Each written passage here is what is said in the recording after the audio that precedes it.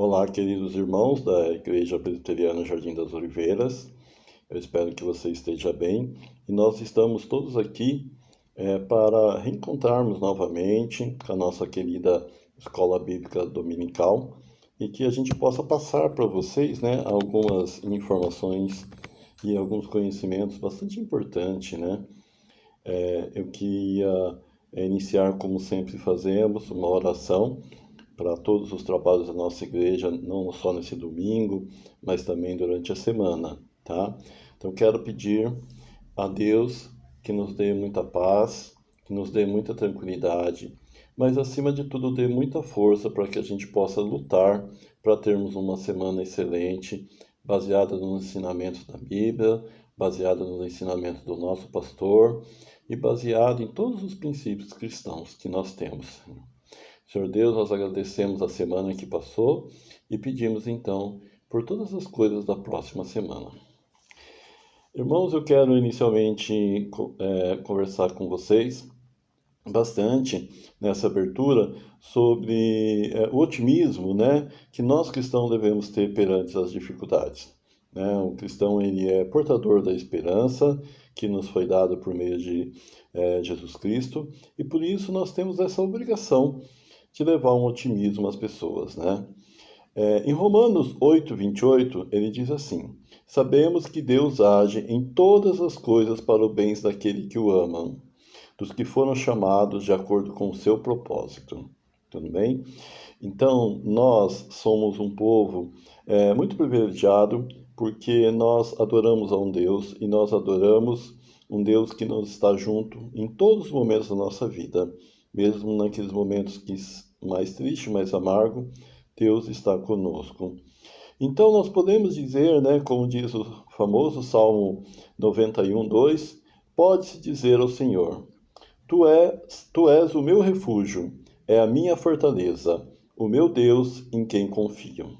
Né?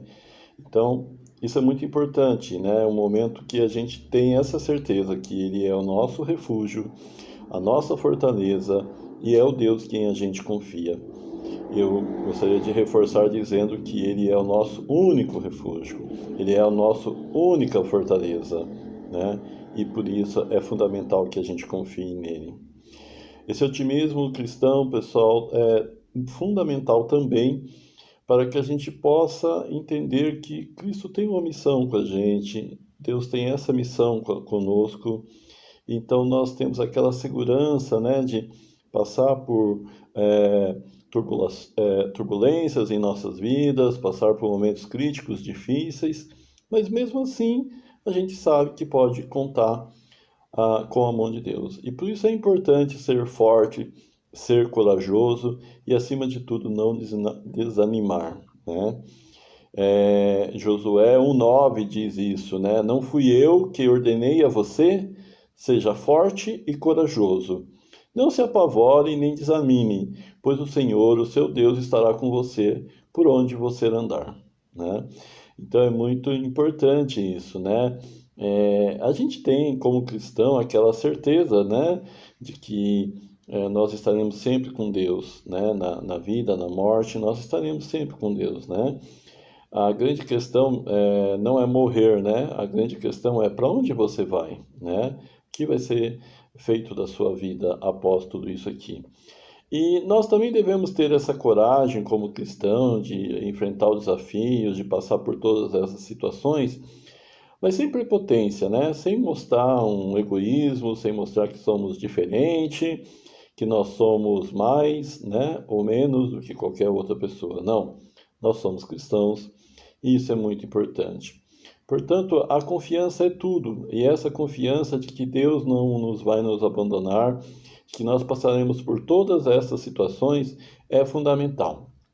Por isso, em Hebreus 10:35-36, diz assim, né? Por isso, não abram mão da confiança que vocês têm. Ela será ricamente recompensada. Vocês precisam preservar-se de modo que, quando tiverem feito a vontade de Deus, receba o que ele prometeu. Isso é muito importante, porque nós vamos receber aquilo que Deus nos prometeu.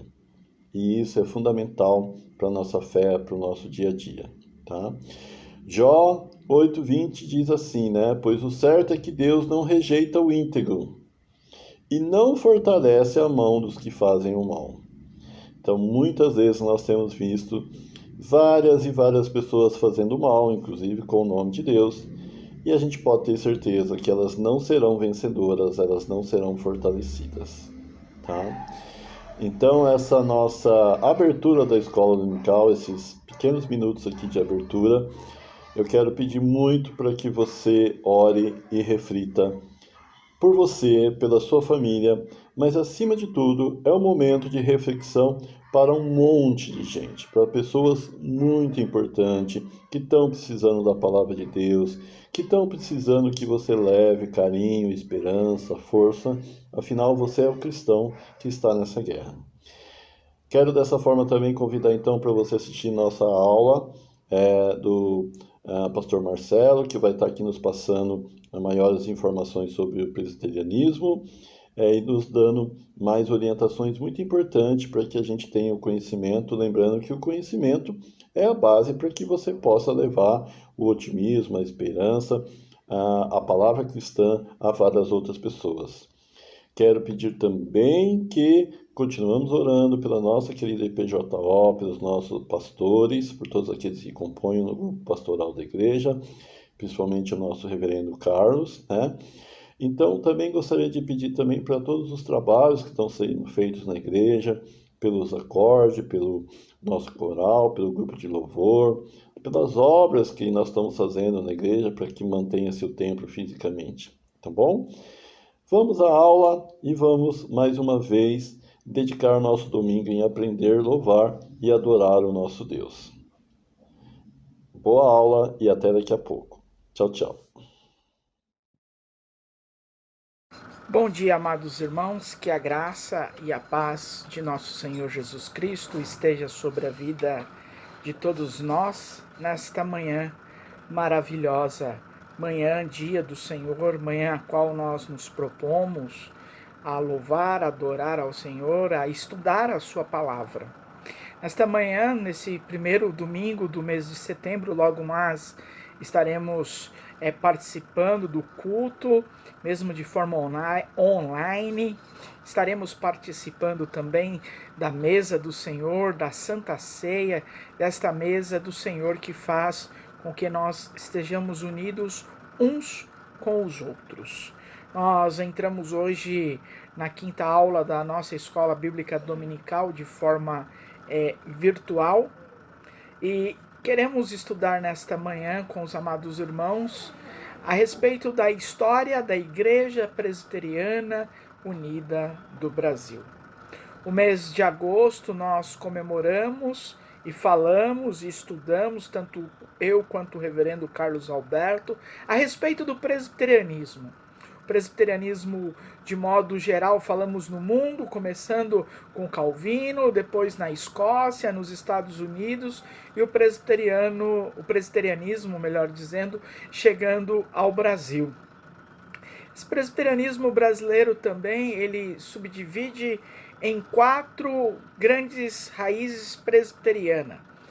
A primeira delas, surgindo em 1903, a Igreja Presbiteriana Independente do Brasil, a Igreja Presbiteriana dos Estados Unidos no Brasil passa a ser a Igreja Presbiteriana do Brasil em 1910, como vimos na última aula, e nos anos 60 e início dos anos 70, nós temos uma terceira onda presbiteriana, uma terceira formação presbiteriana, que é a Igreja Presbiteriana Renovada.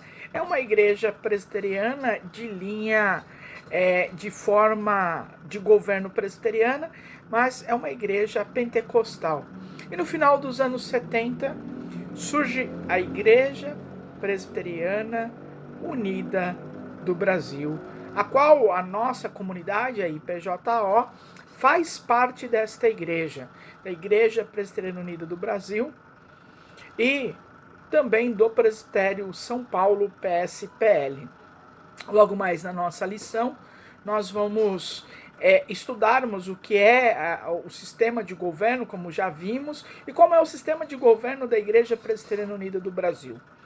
Quero, nesta manhã, compartilhar da palavra do Senhor no Evangelho segundo São Lucas, capítulo 4, dos versos de 17 até o 19. E diz assim a palavra: Foi-lhe entregue o livro do profeta Isaías e, abrindo, achou o lugar em que estava escrito: O Espírito do Senhor está sobre mim, porquanto me ungiu para anunciar boas novas aos pobres, enviou-me para proclamar libertação aos cativos e restauração da vista aos cegos, para pôr em liberdade os oprimidos e para proclamar o ano aceitável do Senhor.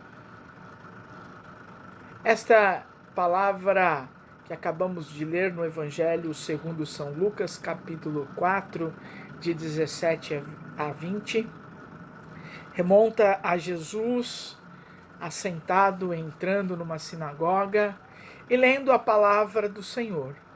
Palavra esta que encontra-se no livro do profeta Isaías. Uma palavra que nos leva a uma reflexão. Esta palavra nos leva à reflexão a respeito que o Senhor tem ungido a sua igreja. O Senhor tem ungido a igreja reformada, a igreja presbiteriana, de modo geral no Brasil. E ungiu algumas pessoas na década, ou melhor, no final da década de 70, na proclamação do Evangelho, na proclamação do ano aceitável do Senhor, para desenvolver este ano aceitável do Senhor, o nosso Deus, levou alguns irmãos a proclamar a palavra, a entender o Evangelho de Jesus Cristo, a entender as boas novas de uma forma diferente, mesmo dentro do sistema presbiteriano. A Igreja Presbiteriana Unida, ou mais conhecida como IPU, foi organizado em 10 de setembro de 1978 com o nome de Federação Nacional de Igrejas Presbiterianas, ou FENIP, na cidade de Atibaia, São Paulo. Por decisão dos delegados presentes, a instalação efetiva da igreja ficou para o ano de 1979 na cidade de Vitória, Espírito Santo, que desde aquela época até os dias atuais, a sua sede administrativa se encontra em Vitória. As razões da sua criação estão contidas nos seus documentos fundantes, que são o Manifesto da Atibaia, o Pronunciamento Social da Igreja Presbiteriana do Brasil, de 1962, o Estudo Social, o Princípios de Fé e Ordem. Em julho de 1983, a FENIP alterou sua razão social para a Igreja Presbiteriana Unida do Brasil, adotando-se a sigla IPU. A nossa igreja faz parte da IPU. Nós somos, além de Igreja Presbiteriana Jardim das Oliveiras, nós somos na totalidade a Igreja Presbiteriana Unida do Brasil. Fazemos parte desta denominação, que é a mais nova, é a caçula do presbiterianismo brasileiro, mas surge esta igreja, se organiza primeiramente uma federação de igrejas presbiterianas, e se organiza esta igreja para a proclamação do ano aceitável do Senhor, para levar visão aos cegos, para levar a palavra de Deus que alcançasse os oprimidos. Por conta do pensamento teológico altamente influenciado naquela época pela teologia da libertação, que incluía também a abertura ao diálogo ecumênico e a defesa do ministério feminino, alguns seus líderes sentiram-se perseguidos dentro da antiga denominação presbiteriana, a qual pertenciam. Esses líderes ainda afirmavam haver postura conveniente e apoio à ditadura militar por parte da liderança da antiga igreja, em especial pelo então presidente do Supremo Concílio. Por conta do seu alinhamento político e ideológico com a esquerda, os líderes sofreram perseguições, sendo alguns expulsos ou mais tarde deixando deixando a denominação. A partir de 1976, alguns dos renomados presbíteros, professores, pastores e teólogos presbiterianos deram início a um movimento que culminou em 1978 com a criação da FENIP. O processo da fundação da IPU foi anterior a 1978, antecedido por 3 encontros de presbiterianos.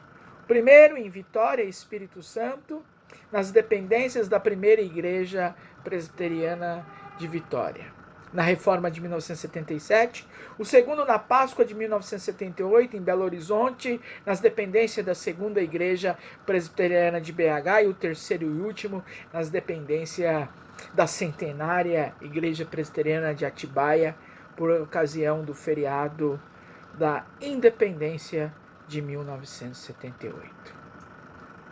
Dia 10 de setembro é a marca, é a data magna para nós que somos da IPU, que somos da Igreja Presbiteriana Unida do Brasil.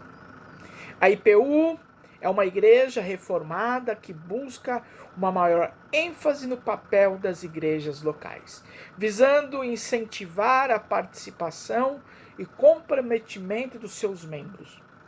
Ao contrário da Igreja Presbiteriana do Brasil e da Igreja Presbiteriana Independente do Brasil, não possui sínodos.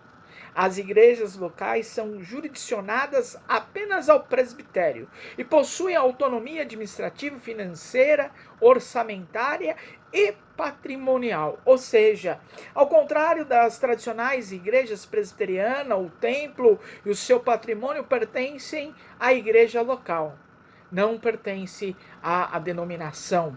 Exceto quando a igreja, para se salvaguardar, coloca o seu patrimônio em nome do presbitério. No entanto, a autonomia das igrejas locais não alcança os aspectos teológicos e eclesiológicos. Nesses sentidos, as igrejas devem se submeter ao governo da IPU, aos seus documentos, cumpri-los integralmente. Há na IPU, ao contrário das demais igrejas presbiterianas, uma força na igreja local, um certo viés, até mesmo podemos dizer, congregacional.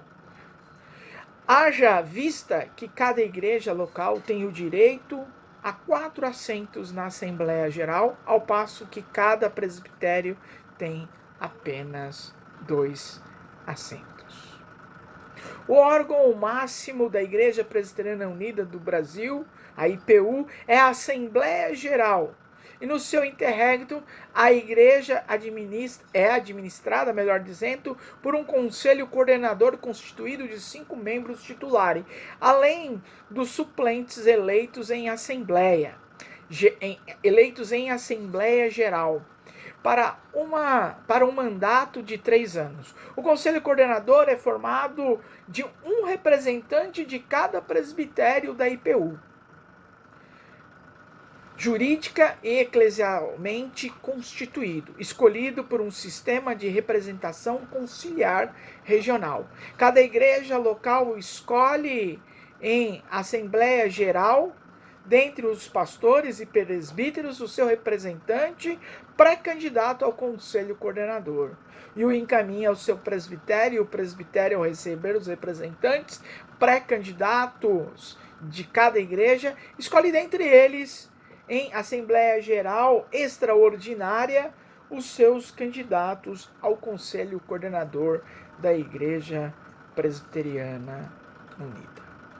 A Igreja Presbiteriana Unida, desde a década de 70, ela se destaca, ela está na vanguarda das outras igrejas presbiterianas, porque em 1979, quando inicia a FENIP, ou melhor dizendo, isto mesmo, em 1978, melhor dizendo, e nos anos de 1979, a Igreja Presbiteriana Unida, ela dá início e constitui um ministério feminino, no qual as mulheres têm direito a serem eleitas presbíteras, diaconisas, em que dá a voz à mulher. E nesta mesma época, as mulheres que eram apenas formadas em teologia só poderiam ser teólogas, elas têm o direito de ser ordenadas pastoras, ministras do reino, ministras da palavra de Deus, porque o Espírito Santo do Senhor, o Espírito da palavra do Senhor que está sobre nós, como aquela leitura do Evangelho de Lucas que está sobre ao Senhor Jesus, não é para o homem ou para a mulher, é para o fiel, é para o servo que Deus entrega a sua palavra e entrega a sua mensagem. Não é homem ou mulher. A palavra vem para o homem ou a mulher do Senhor, para o servo do Senhor. E este servo, recebendo a palavra do Senhor, tem a incumbência de levar o ano aceitável, a incumbência de proclamar a palavra do Senhor. Nós não queremos afunilar muito sobre esse assunto do ministério da ordenação feminina nesta primeira aula. Também nós não queremos falar nesta primeira aula sobre o ecumenismo. A IPU procura manter um relacionamento fraterno com todas as demais igrejas cristãs no Brasil e mantém um diálogo com religiões até mesmo não cristãs, pautado no respeito e na aceitação mútua. Participa ativamente do Conselho Mundial de Igreja, da Comunhão Mundial de Igrejas Reformadas, do Conselho Latino-Americano de Igrejas, Aliança das Igrejas Presbiterianas Reformadas da América Latina, como Conselho Nacional de Igrejas Cristãs do Brasil. Mantém parceria oficial com a Igreja Presbiteriana Independente, a IPIB. Além disso, é a única denominação presbiteriana brasileira que mantém parceria com a Igreja Presbiteriana dos Estados Unidos, a PCUSA, depois da denominação norte-americana ter aceitado o casamento e a ordenação homoafetiva a partir de 2015, a IPU ainda continua com esse diálogo. Nós temos um hino oficial. O hino oficial da IPU adotou como o que estou fazendo se sou cristão. A IPU adota esse hino, o que estou fazendo se sou cristão. É um hino que nos traz a reflexão a respeito da palavra de Deus, do Evangelho do Senhor Jesus. Do que eu sou como cristão, do que eu estou fazendo como cristão. A letra retrata o compromisso cristão contra a injustiça, a opressão gerada pela desigualdade. A desigualdade social, a desigualdade intelectual. O seu autor é o grande reverendo João Dias de Araújo. Este hino foi publicado no ano de 1967, durante o governo militar.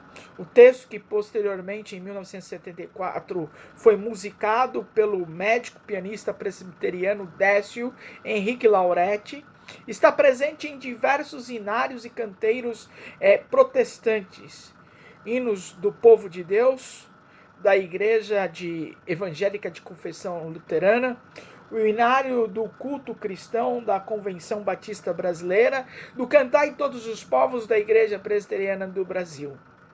É um hino que nos leva a um pensamento. Se nós estamos levando o ano aceitável do Senhor, se nós estamos nos propondo como igreja de Jesus Cristo proclamar o Evangelho, o ano aceitável, levar vista aos cegos, levar esta palavra de esperança, ele faz nós nos refletirmos: o que estou fazendo se sou cristão? Nós, no decorrer das outras aulas, nós vamos falar um pouco a respeito mais aprofundado do ecumenismo, da logomarca e dos pronunciamentos oficiais. Mas queremos aqui também deixar marcado ou anunciado, falado um pouco a respeito de alguns pastores que formaram a nossa igreja. Pastores esses que foram o baluarte da nossa denominação. Não podemos esquecer jamais do reverendo Jaime White, reverendo João Dias, reverendo Rubem Alves, reverendo Áureo Bispo, reverendo Joaquim Beato, reverendo Domício Pereira de Matos, reverendo Márcio Moreira. Reverendo Jaime White, nascido em Curitiba nos anos de 1927 e fez a sua Páscoa em maio de 1999, foi pastor presbiteriano e defensor dos direitos humanos.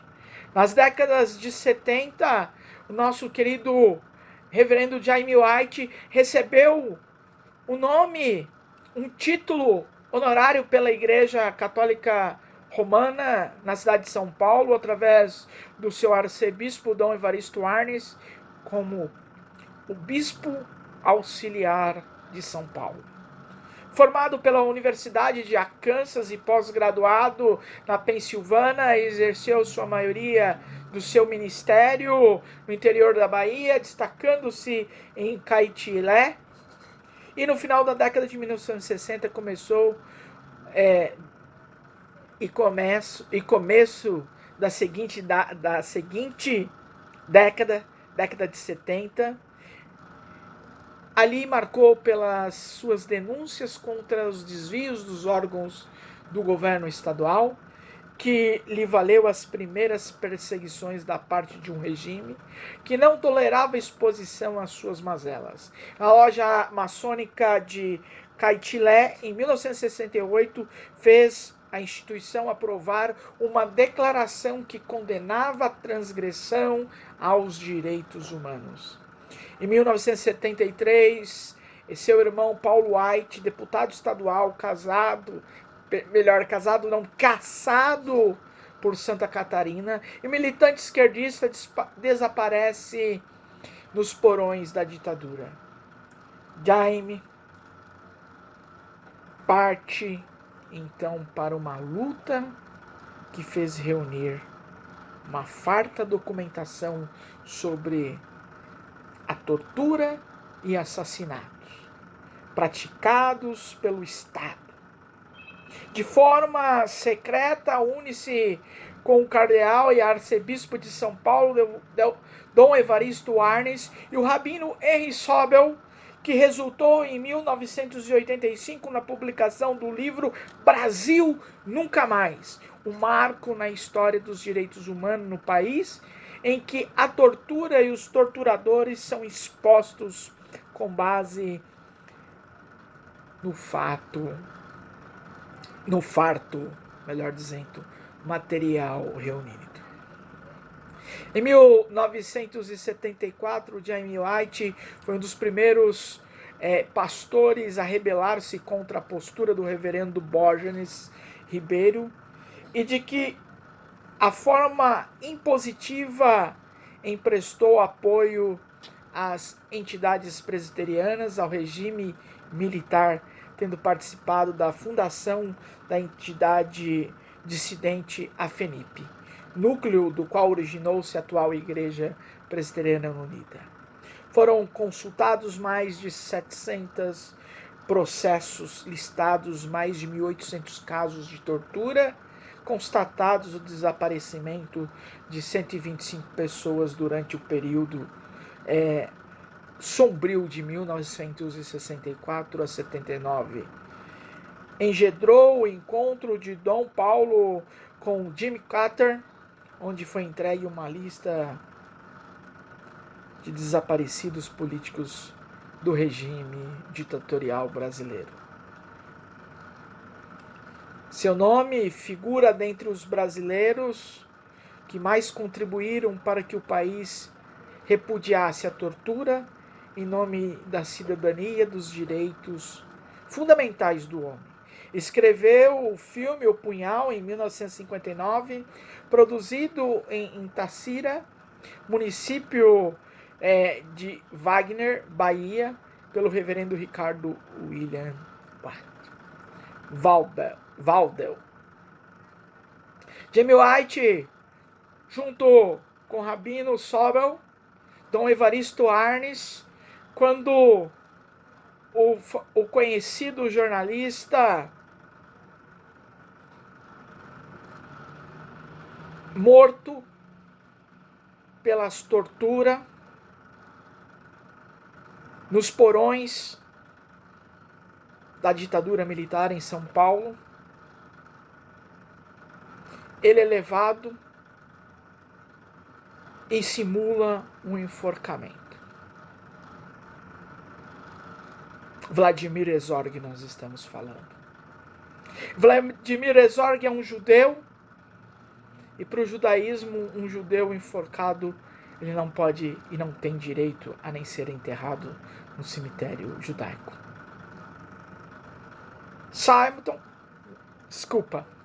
Jamie White,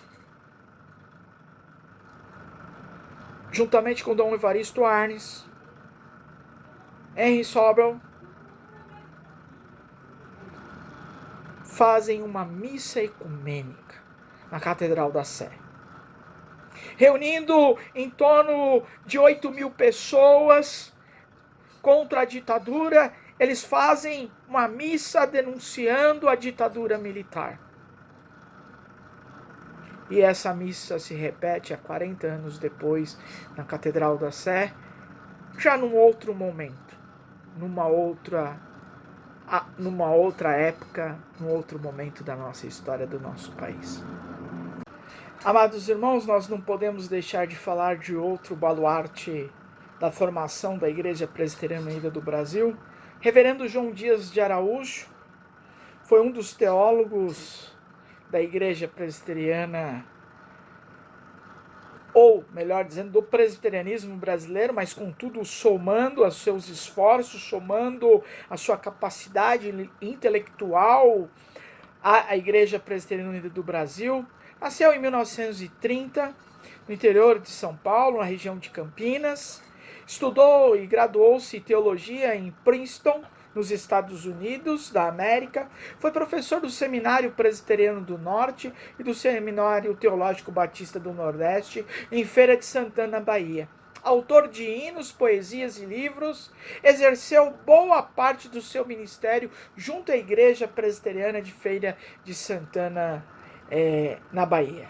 Foi um dos fundadores, como já falamos, além da Igreja Presbiteriana do Brasil, e colaborador de organismos ecumênicos mundiais, tais como o Conselho Mundial de Igreja, Comunhão Mundial de Igrejas Reformadas, Conselho Latino-Americano de Igreja, ou melhor, Conselho Latino-Americano de Igrejas, CLAI, Aliança de Igrejas Presbiterianas e Reformadas da América Latina, AIPRAL, e do Conselho Nacional de Igrejas Cristãs do Brasil, CONIC.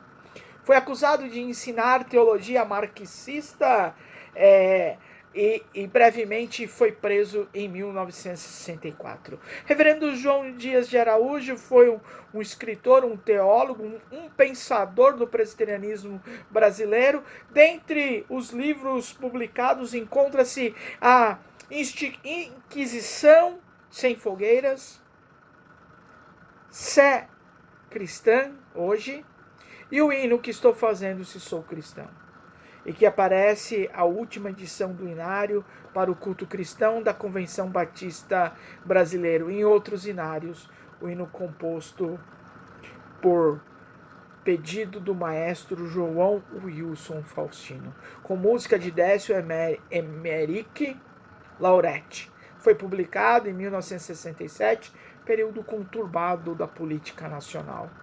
Tornou-se uma das marcas, um dos marcos da comunidade evangélica progressista brasileira, por ressaltar o compromisso dos cristãos contra a desigualdade social, a injustiça, a miséria. O hino inicia perguntando: o que estou fazendo se sou cristão? Se Cristo me deu-me o seu perdão, há muitos pobres sem lar, sem pão. E conclui após vários versos que a injustiça é contra Deus e a vil miséria insulta os céus. O hino da nossa igreja, o hino oficial, vem de encontro com esta palavra, com esse texto de Lucas. Se nós somos ungidos para proclamar o ano aceitável, dar vista aos cegos, o que estamos fazendo se somos cristãos? Um outro baluarte da Igreja Presbiteriana Unida é o reverendo Rubem Alves, ou mais conhecido como Rubem Alves. É um homem também que fez parte da formação da Igreja Presbiteriana Unida. Rubem Alves é conhecido de forma no mundo secular, né, como educador, como sociólogo, como pedagogo, né, mas ele é também teólogo. Ele também, além da sua filosofia, de outros cursos, de outros especializações, doutorados, ele é teólogo. Estudou também teologia no Seminário Presbiteriano de Campinas, onde conheceu Richard Schauer entre 1958 e 1963. Foi pastor em Lavras, Minas Gerais. Em 1964 obteve o título de mestre em teologia no Union Theological Seminary em Nova York. Foi membro da comissão Fé e Ordem do Conselho Ecumênico de Igrejas, diretor de estudos sobre igrejas, sociedade na América Latina. Foi acusado de condutas subversistas pelas autoridades da Igreja Presbiteriana e perseguido pelo regime militar brasileiro de 1964 a 1985, e por isso abandonou a Igreja Presbiteriana e a exilar-se nos Estados Unidos, onde em 1968 obteve o título de doutor PhD em filosofia no Seminário Teológico de Princeton. Lecionou no Instituto Presbiteriano Gamon, na cidade de Lavras, Minas Gerais, no Seminário Presbiteriano de Campinas e na Faculdade de Filosofia, Ciências e Letras de Rio Claro, Unicamp, onde recebeu o título de professor emérito e criou vários grupos de pesquisas. Tinha um grande número de publicação, muitos de seus livros foram publicados em outros idiomas como inglês, francês, italiano, espanhol, alemão e romeno. No início da década de 1980, obteve o título de psicanalista pela Sociedade Paulista de Psicanálise e também publicou o livro de literatura infantil e poesia e foi integrante da Academia Campinense de Letras. Com formação eclesiástica, transita pelas áreas da teologia, psicanálise, sociologia, filosofia e educação. Após ter lecionado em universidades, tinha um restaurante e a culinária foi uma de suas paixões e tema de alguns seus textos. Viveu em Campinas, onde mantinha um grupo chamado Canoeiros, que encontrava semanalmente para leitura de poesias. Nós temos e trazemos aqui um breve esboço da vida também de Rubem Alves, esse grande pensador brasileiro, para mostrar para os amados irmãos nesta manhã de estudo que a Igreja Presbiteriana Unida é uma igreja de vanguarda, é uma igreja missionária também. Hoje nós temos uma missão em Portugal com a reverenda Cassilane, que está vivendo e morando em Portugal, mantida pela IPU e pela Igreja Presbiteriana Unida do Brasil, melhor dizendo, a IPU, e pela Igreja Presbiteriana dos Estados Unidos e pela Igreja Presbiteriana de Portugal, uma tríplice aliança onde a nossa irmã está desenvolvendo. Como nós falamos, a Igreja Presbiteriana ela cresce de forma missionária e é missionária. E nesse momento a IPU é uma igreja missionária também. Está voltando suas raízes em terras estrangeiras, em terra portuguesa está levando a palavra do Senhor. Espero que os amados irmãos tenham entendido, compreendido um pouco do que é a Igreja Presbiteriana Unida. Nas próximas aulas nós vamos estudar outros assuntos da IPU, documentos fundantes, o ecumenismo. Eu e o reverendo Carlos estamos desenvolvendo esses estudos para trazer para os amados irmãos entenderem e aprender um pouco mais do que é a nossa denominação, o que é a nossa igreja. A nossa igreja é um expoente brasileiro, é uma igreja que surge num ano de perseguição, num momento em que as denominações brasileiras, mesmo as reformadas, estão se calando, fechando seus olhos, e a nossa igreja surge para proclamar, para anunciar o ano aceitável do Senhor. O texto de qual nós lemos de Lucas, capítulo 4, 17, fala a respeito de sermos. Foi-lhe entregue o livro, falando a respeito de Jesus, descrevendo, foi-lhe entregue o livro do profeta Isaías, e abrindo achou o lugar que estava escrito: o Espírito do Senhor está sobre mim, porquanto me ungiu para anunciar as boas novas aos pobres, enviou-me para proclamar libertação aos cativos e restauração da vista aos cegos, para pôr em liberdade os oprimidos e para proclamar o ano aceitável do Senhor. Esta palavra, meu irmão, nesse estudo que nós estamos concluindo nesta manhã, deste domingo, esta palavra que o Senhor tem para a minha vida e para a sua vida, que vem de encontro com o nosso hino nacional da Igreja Presbiteriana Unida: o que estou fazendo se sou cristão. Que os amados irmãos orem, reflitam sobre a nossa igreja, estejam se preparando agora, nesse breve intervalo que nós vamos ter para o nosso culto matinal.